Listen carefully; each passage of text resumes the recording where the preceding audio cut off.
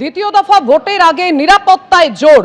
কত কোম্পানি কেন্দ্রীয় বাহিনী মোতায়েন করা হয়েছে এবং কোথায় কোথায় সেই কেন্দ্রীয় বাহিনী মোতায়েন করা হয়েছে আপনাদেরকে জানাবো, কারণ দ্বিতীয় দফার ভোট আর কয়েকদিন পরেই। দ্বিতীয় দফায় মোট 2321 কোম্পানি কেন্দ্রীয় বাহিনী মোতায়েন করা হচ্ছে। নজরদারি চালাবেন 142 জন জেনারেল অবজারভার, 95 জন পুলিশ অবজারভার থাকবেন। কলকাতার জন্য মোতায়েন থাকছে 273 কোম্পানি বাহিনী। কথা বলবো, আমাদের সঙ্গে রয়েছেন আমাদের প্রতিনিধি অনির্বাণ বিশ্বাস। অনির্বাণ, কোথায় কোথায় কত কোম্পানি কেন্দ্রীয় বাহিনী মোতায়েন থাকছে দ্বিতীয় দফার জন্য?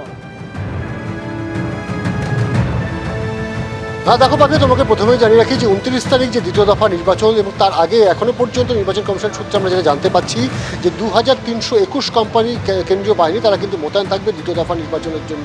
এবং এর পাশাপাশি কিন্তু 142 জন জেনারেল অবজারভার থাকবেন, এক্সপেন্ডিচার অবজারভার থাকবেন আরও 100 জন এবং 95 জন থাকবেন কিন্তু পুলিশ অবজারভার।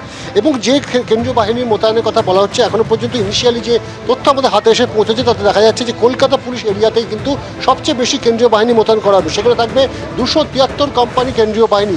এরপরই যদি দেখা যায় তাহলে কিন্তু পূর্ব বর্ধমান, সেখানে থাকবে 260 কোম্পানি কেন্দ্রীয় বাহিনী। এবং হুগলি রুরাল, যেটা কিন্তু অত্যন্ত গুরুত্বপূর্ণ, হুগলি রুরাল এরিয়া, সেখানে কিন্তু 234 কোম্পানি কেন্দ্রীয় বাহিনী। ঠিক এরকমভাবে কিন্তু একাধিক জায়গা রয়েছে যেখানে কিন্তু প্রচুর সংখ্যায় কেন্দ্রীয় বাহিনী মোতায়েন করা হবে। মূলত কমিশন যেটা চাইছে যে দ্বিতীয় দফায় কিন্তু অবাধ এবং সুষ্ঠু নির্বাচন, সেই নির্বাচন করবার জন্য যা যা প্রয়োজনীয় পদক্ষেপ নেওয়ার প্রয়োজন সেই প্রয়োজনীয় পদক্ষেপ নেওয়া হবে। তবে কমিশন সূত্রে এটাও খবর যে প্রথম দফা নির্বাচন যতটা সহজে কমিশন উদ্রে নিতে পেরেছিল, দ্বিতীয় দফার ক্ষেত্রে কিন্তু যথেষ্ট চ্যালেঞ্জ রয়েছে। কারণ যে সমস্ত এলাকায় আজকে ইলেকশন কমিশনের তরফ থেকে নজর দেওয়া হচ্ছে সেই সমস্ত এলাকায় কিন্তু প্রায় হিংসা কবলিত এলাকা এক এক সময়, এবং আগের নির্বাচন অর্থাৎ লোকসভা নির্বাচন বা বিধানসভা নির্বাচনে সেই সমস্ত এলাকায় কিন্তু হিংসার অভিযোগ রয়েছে বা হিংসা হয়েছে। সেই কথা মাথায় রেখেই কিন্তু দ্বিতীয় দফার যে নির্বাচন হতে চলেছে 142 আসনে, সেই জন্য কিন্তু আলাদা আলাদা স্ট্র্যাটেজি নেওয়া হচ্ছে। এবং তুমি জানো আজ সকাল থেকে কিন্তু মনোজ কুমার আগরওয়াল যিনি সিইও, তিনি কিন্তু বিভিন্ন জেলায় জেলায় ঘুরছেন, বিভিন্ন বিধানসভা এলাকায় ঘুরছেন আজকে সকাল থেকে। এই দ্বিতীয় দফার নির্বাচন, সেই নির্বাচন শান্তিপূর্ণ করার জন্য ইতিমধ্যে 2321 কোম্পানি কেন্দ্রীয় বাহিনী মোতায়েন করা হবে। অর্থাৎ তারই পাশাপাশি এই সিইও মনোজ কুমার আগরওয়াল এই দ্বিতীয় দফার নির্বাচনের আগে একেবারে বাছা বাছা কেন্দ্র পরিদর্শনে তিনি বেরিয়ে পড়েছেন, যার মধ্যে সন্দেশখালীও রয়েছে। এই সম্পর্কে আরো বিস্তারিত জানবো, আমাদের প্রতিনিধি অনির্বাণ বিশ্বাস আমাদের সঙ্গে রয়েছেন। অনির্বাণ, তুমি যেরকম বলছিলে।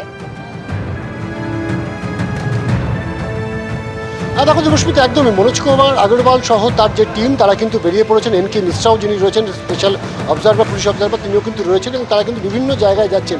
এবং তুমি যদি দেখো যে আজকে সকাল থেকে তারা যে যে জায়গাগুলো গেছে তার মধ্যে ছিল আরামবাগ, বারাকপুর, বনগাঁ, এমনকি সন্দেশখালী। এই যে 4টি জায়গায় আজকে তারা ঘুরছেন, প্রত্যেকটি জায়গায় কিন্তু অতীতের যে লোকসভা বা বিধানসভা নির্বাচন, সেই বিধানসভা নির্বাচনগুলিতে কিন্তু হিংসার ঘটনা ঘটেছে। কোথাও গুলি চলেছিল, কোথাও মৃত্যুর ঘটনা ঘটেছিল, কোথাও বোমাবাজি হয়েছিল।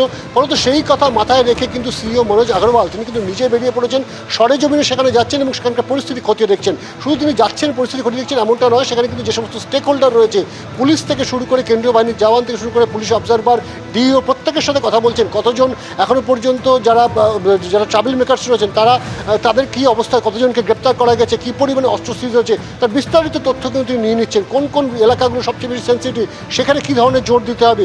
অর্থাৎ যেটা বোঝা যাচ্ছে যে এই যে এলাকাগুলোতে মনোজ আগরওয়াল এবং তার টিম যাচ্ছেন, প্রত্যেকটি এলাকার জন্য কিন্তু আলাদা আলাদা পরিকল্পনা নেওয়া হয়েছে ইলেকশন কমিশনের তরফে। এবং যেমনটা আমরা জানতে পারছি আগামীকালও কিন্তু তিনি বেরোবেন এবং আগামীকাল কিন্তু তিনি কাটোয়া এবং কাকদ্বীপ যাওয়ার কথা রয়েছে। অর্থাৎ একদিকে কিন্তু নদিয়া, অন্যদিকে কিন্তু তিনি দক্ষিণ 24 পরগনায় যাবেন।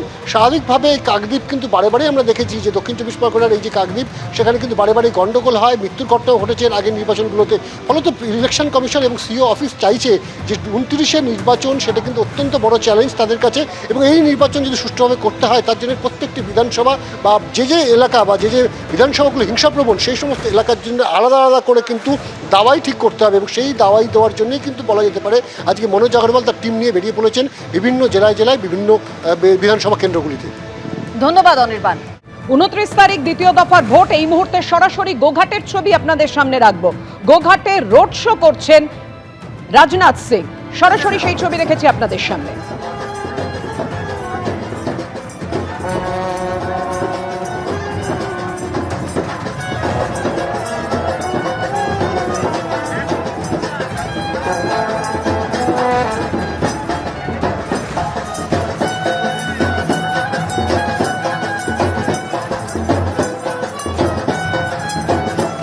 নির্বাচনী প্রচারে রাজনাথ সিং এই মুহূর্তে রোড শো করছেন গোঘাটে। আপনারা দেখতে পাচ্ছেন সরাসরি সেই ছবি।